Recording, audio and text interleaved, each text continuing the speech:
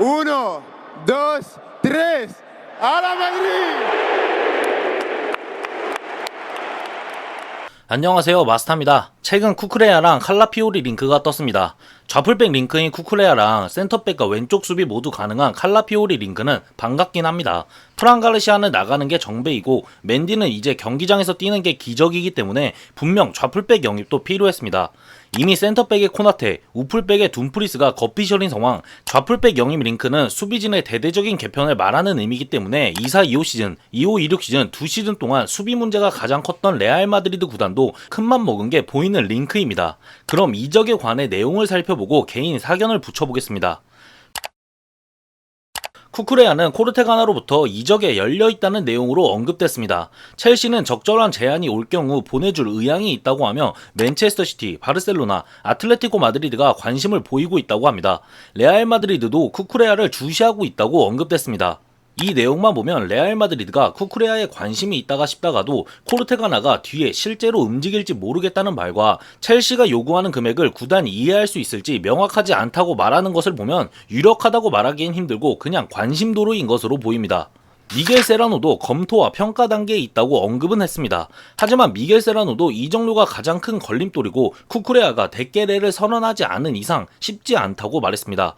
마지막으로 피콘으로부터도 레알 마드리드가 쿠쿠레야에 대해서 문의한 것은 사실이고 현재 있는 카레라스, 프란 가르시아, 맨디를 구단과 무리뉴가 신뢰하고 있지 않다고 전했습니다. 이어서 제가 예전에 언급한 대로 왼쪽 풀백은 다른 포지션만큼 우선순위가 높지 않다고도 말했습니다. 코르테가나와 미겔 세라노, 피콘의 말을 종합해보면 구단이 지금 좌풀백 자원들인 카레라스, 프란, 맨디에 대해서 믿음이 없는 건 확실해 보입니다. 그리고 쿠쿠레야에 대해서 관심을 가진 것은 분명해 보입니다.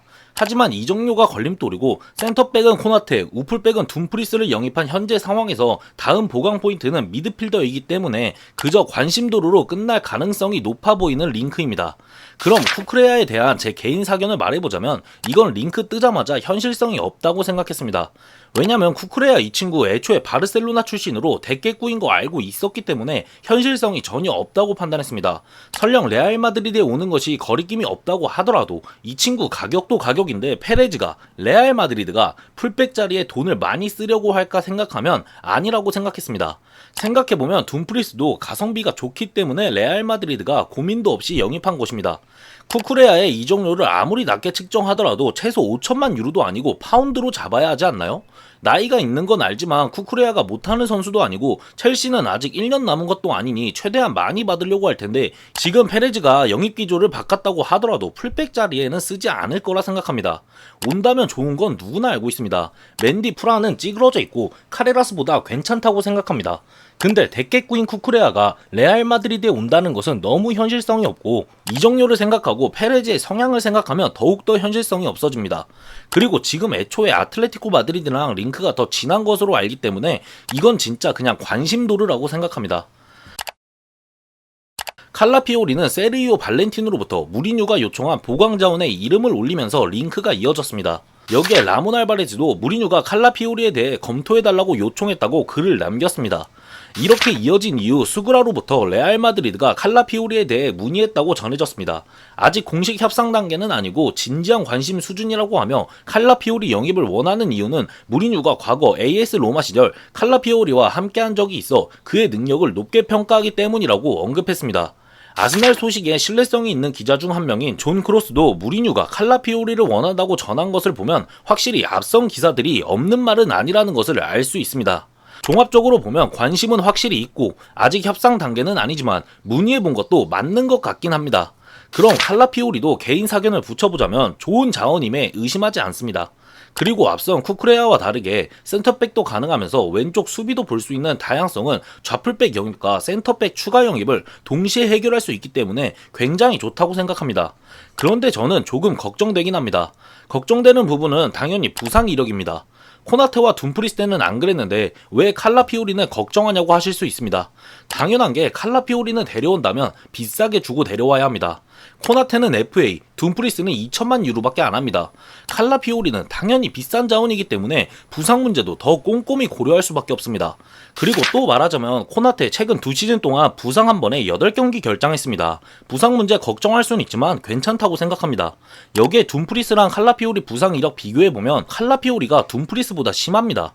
물론 둠프리스는 최근 크게 발목 부상을 당했고 칼라피오리는 둠프리스만큼 큰 부상으로 부상 이력을 채우고 있는 것은 아니기에 칼라피오리도 괜찮아야지라고 말할 수 있습니다.